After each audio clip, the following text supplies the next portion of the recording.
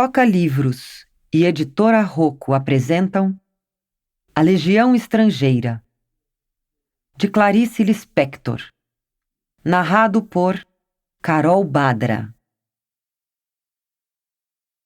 Os desastres de Sofia. Qualquer que tivesse sido seu trabalho anterior, ele o abandonara, mudara de profissão e passara pesadamente a ensinar no curso primário. Era tudo que sabíamos dele. O professor era gordo, grande e silencioso, de ombros contraídos.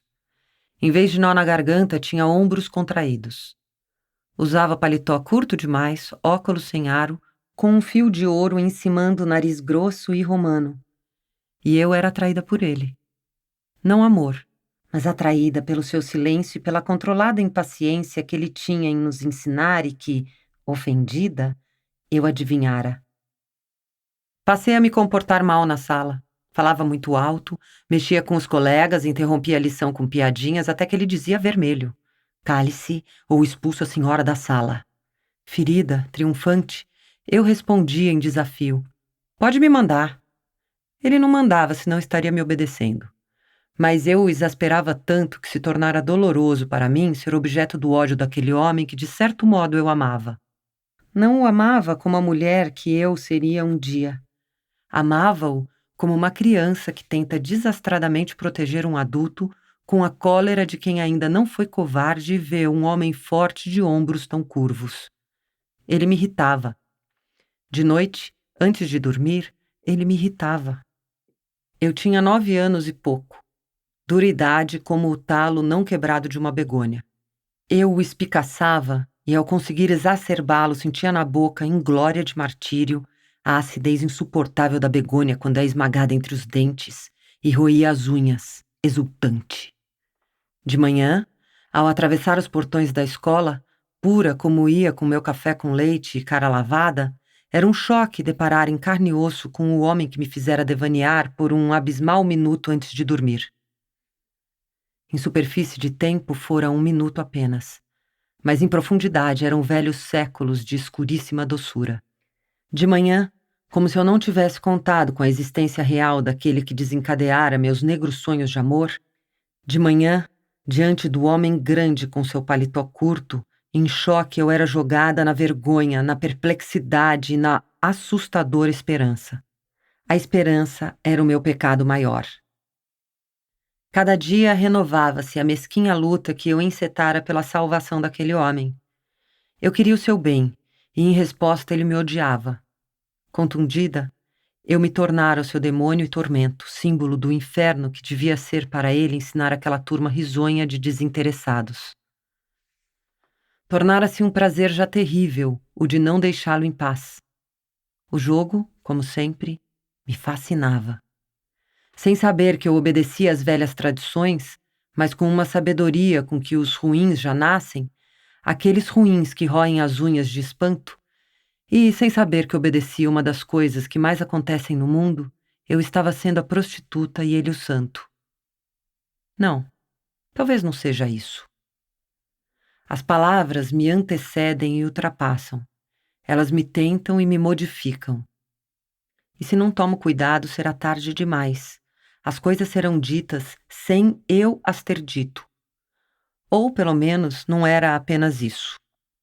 Meu enleio vem de que um tapete é feito de tantos fios que não posso me resignar a seguir um fio só. Meu enredamento vem de que uma história é feita de muitas histórias. E nem todas posso contar.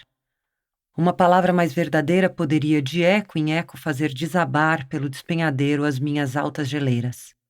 Assim, pois, não falarei mais no sorvedouro que havia em mim enquanto eu devaneava antes de adormecer. Senão, eu mesma terminarei pensando que era apenas essa macia voragem o que me impelia para ele, esquecendo a minha desesperada abnegação. Eu me tornara sua sedutora, dever que ninguém me impusera. Era de se lamentar que tivesse caído em minhas mãos erradas a tarefa de salvá-lo pela tentação, pois de todos os adultos e crianças daquele tempo eu era provavelmente a menos indicada.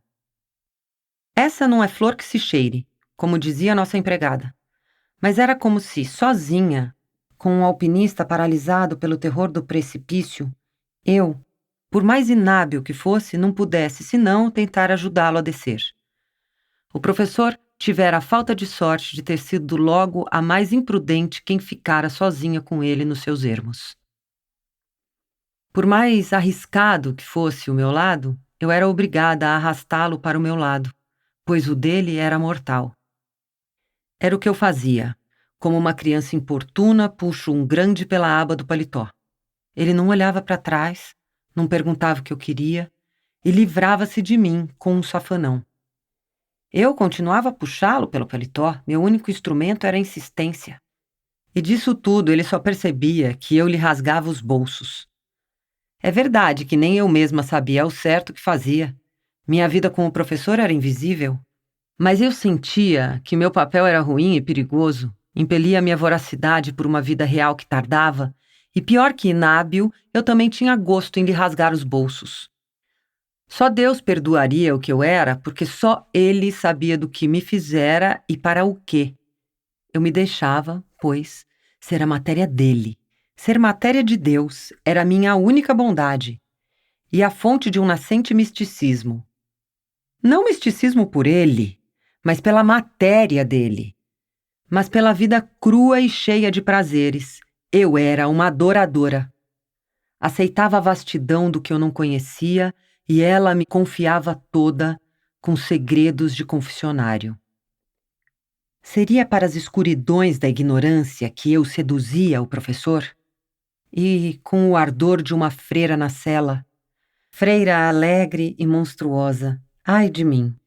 E nem disso eu podia me vangloriar. Na classe, todos nós éramos igualmente monstruosos e suaves, ávida matéria de Deus. Mas se me comoviam seus gordos ombros contraídos e seu paletózinho apertado, minhas gargalhadas só conseguiam fazer com que ele, fingindo a que custo me esquecer, mais contraído ficasse de tanto autocontrole. A antipatia que esse homem sentia por mim era tão forte que eu me detestava.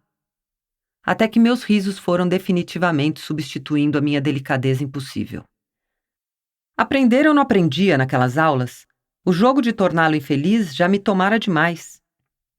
Suportando com desenvolta amargura as minhas pernas compridas e os sapatos sempre cambaios, humilhada por não ser uma flor e, sobretudo, torturada por uma infância enorme que eu temia nunca chegar a um fim, mais infeliz eu o tornava e sacudia com altivez a minha única riqueza.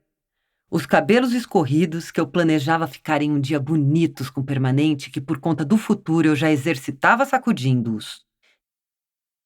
Estudar eu não estudava, confiava na minha vadiação sempre bem-sucedida e que também ela, o professor, tomava como mais uma provocação da menina odiosa. Nisso ele não tinha razão. A verdade é que não me sobrava tempo para estudar. As alegrias me ocupavam, ficar atenta me tomava dias e dias. Havia os livros de história que eu lia roendo de paixão as unhas até o sabugo. Nos meus primeiros êxtases de tristeza, refinamento que eu já descobrira, havia meninos que eu escolhera e que não haviam me escolhido. Eu perdia horas de sofrimento porque eles eram inatingíveis, e mais outras horas de sofrimento aceitando-os com ternura, pois o homem era o meu rei da criação. Havia a esperançosa ameaça do pecado. Eu me ocupava com o medo em esperar, sem falar que estava permanentemente ocupada em querer e não querer ser o que eu era. Não me decidia por qual de mim. Toda eu é que não podia. Ter nascido era cheio de erros a corrigir. Não era para irritar o professor que eu não estudava. Só tinha tempo de crescer. O que eu fazia para todos os lados, com uma falta de graça que mais parecia o resultado de um erro de cálculo. As pernas não combinavam com os olhos e a boca era emocionada enquanto as mãos se esgalhavam sujas. Na minha pressa, eu crescia sem saber para onde. O fato de um retrato da época me revelar, ao contrário, uma menina bem plantada, selvagem e suave, com os olhos pensativos embaixo da franja pesada. Esse retrato real não me desmente. Só faz revelar uma fantasmagórica estranha que eu não compreendia se fosse a sua mãe. Só muito depois, tendo finalmente me organizado em corpo e sentindo-me fundamentalmente mais garantida, pude me aventurar e estudar um pouco. Antes, porém, eu não podia me arriscar a aprender, não queria me disturbar. Tomava intuitivo cuidado com o que eu era, já que eu não sabia o que era, e com vaidade cultivava a integridade da ignorância.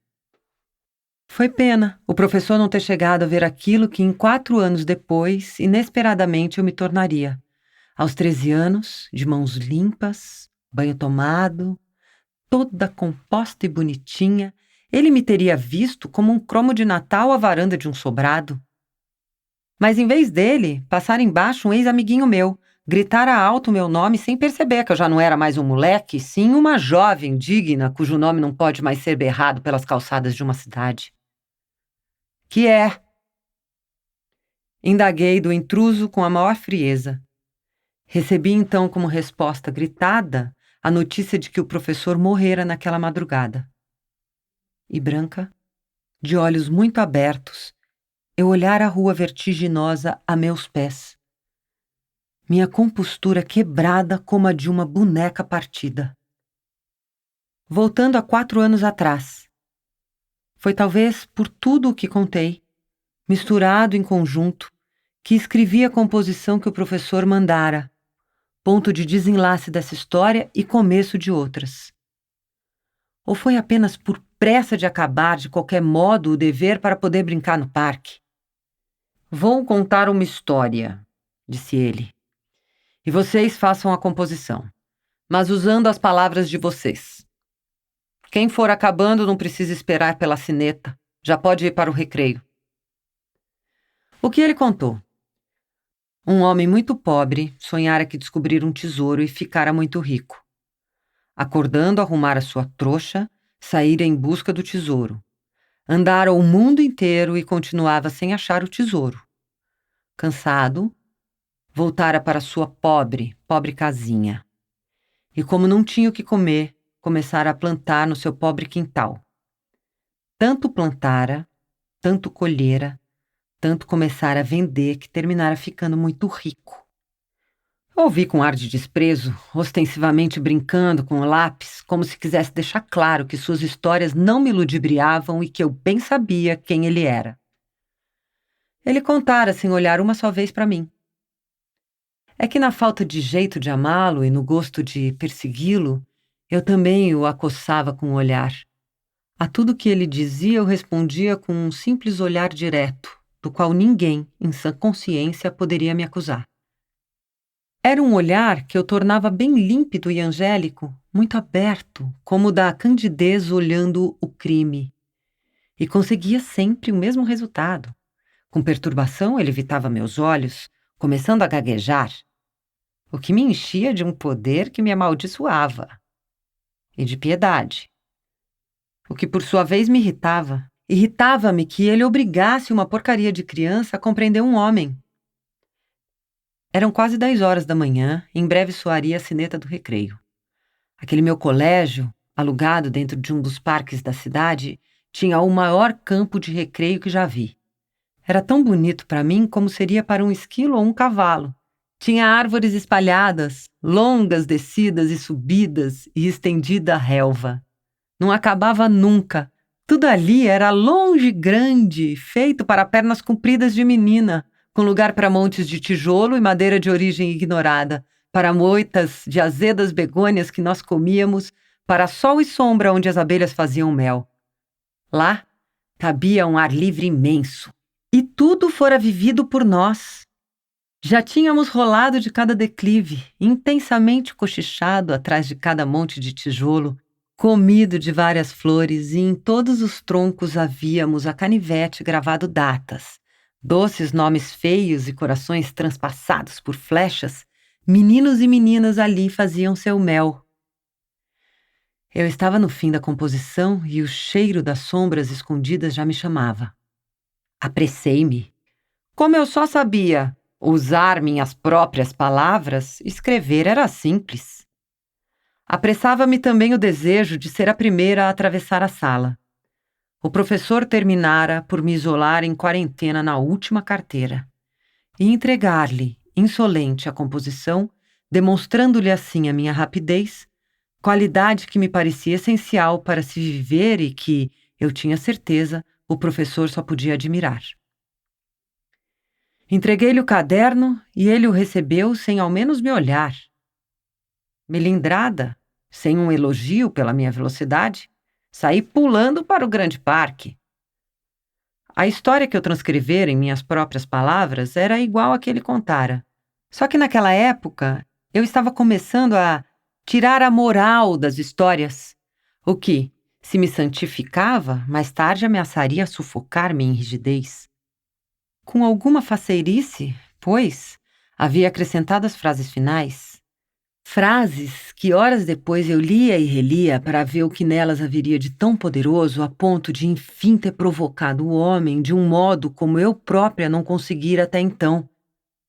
Provavelmente, o que o professor quisera deixar implícito na sua história triste é que o trabalho árduo era o único modo de se chegar a ter fortuna. Mas levianamente eu concluíra pela moral oposta. Alguma coisa sobre o tesouro que se disfarça, que está onde menos se espera, que é só descobrir. Acho que falei em sujos quintais com tesouros. Eu já não me lembro. Não sei se foi exatamente isso. Não consigo imaginar com que palavras de criança teria eu exposto um sentimento simples, mas que se torna pensamento complicado. Suponho que, arbitrariamente contrariando o sentido real da história, eu, de algum modo, já me prometia por escrito que o ócio, mais que o trabalho, me daria as grandes recompensas gratuitas, as únicas que eu aspirava. É possível também que já então meu tema de vida fosse a irrazoável esperança e que eu já tivesse iniciado a minha grande obstinação. Eu daria tudo o que era meu por nada, mas queria que tudo me fosse dado por nada. Ao contrário do trabalhador da história, na composição eu sacudia dos ombros todos os deveres e dela saía livre e pobre e com um tesouro na mão. Fui para o recreio, onde fiquei sozinha com o prêmio inútil de ter sido a primeira, ciscando a terra, esperando impaciente pelos meninos que pouco a pouco começaram a surgir da sala. No meio das violentas brincadeiras, eu resolvi buscar na minha carteira não lembro o quê, para mostrar ao caseiro do parque, meu amigo e protetor. Toda molhada de suor, vermelha de uma felicidade irrepresável que se fosse em casa me valeria uns tapas, voei em direção à sala de aula, atravessei-a correndo e tão estabanada que não vi o professor a folhear os cadernos empilhados sobre a mesa. Já tendo na mão a coisa que eu fora buscar e iniciando outra corrida de volta, só então meu olhar tropeçou no homem. Sozinho à cátedra. Ele me olhava. Era a primeira vez que estávamos frente a frente por nossa conta. Ele me olhava. Meus passos, devagarosos, quase cessaram. Pela primeira vez eu estava só com ele, sem o apoio cochichado da classe, sem a admiração que minha afoiteza provocava. Tentei sorrir, sentindo que o sangue me sumia do rosto. Uma gota de suor correu-me pela testa.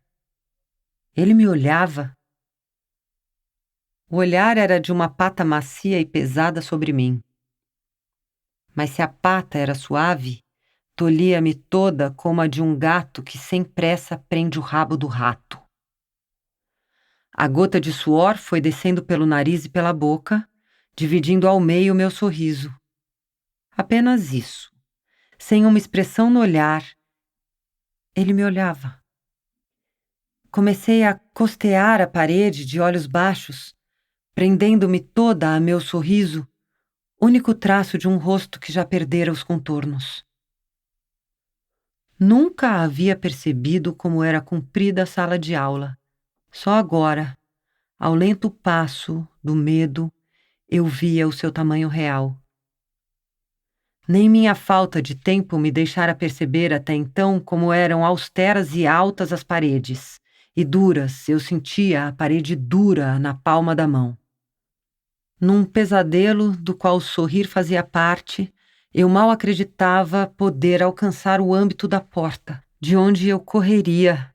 Ah, como eu correria! A me refugiar no meio de meus iguais, as crianças. Além de me concentrar no sorriso, meu zelo minucioso era o de não fazer barulho com os pés. E assim eu aderia à natureza íntima de um perigo do qual tudo o mais eu desconhecia. Foi num arrepio que me adivinhei de repente como num espelho. Uma coisa úmida se encostando à parede, avançando devagar na ponta dos pés e com um sorriso cada vez mais intenso. Meu sorriso cristalizara a sala em silêncio e mesmo os ruídos que vinham do parque escorriam pelo lado de fora do silêncio. Cheguei finalmente à porta e o coração imprudente pôs-se a bater alto demais sob o risco de acordar o gigantesco mundo que dormia. Foi quando ouvi meu nome. De súbito, pregada ao chão, com a boca seca, ali fiquei de costas para ele sem coragem de me voltar. A brisa que vinha pela porta acabou de secar o suor do corpo. Virei-me devagar, contendo dentro dos punhos cerrados o impulso de correr. Ao som de meu nome, a sala se deshipnotizara. E bem devagar vi o professor todo inteiro. Bem devagar vi que o professor era muito grande e muito feio, e que ele era o homem de minha vida. O novo e grande medo.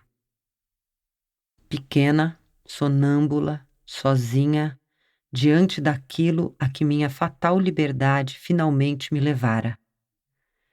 Meu sorriso, tudo o que sobrara de um rosto, também se apagara. Eu era 2 pés endurecidos no chão e um coração que de tão vazio parecia morrer de sede. Ali fiquei, fora do alcance do homem. Meu coração morria de sede, sim. Meu coração morria de sede. Calmo como antes de friamente matar, ele disse: "Chegue mais perto."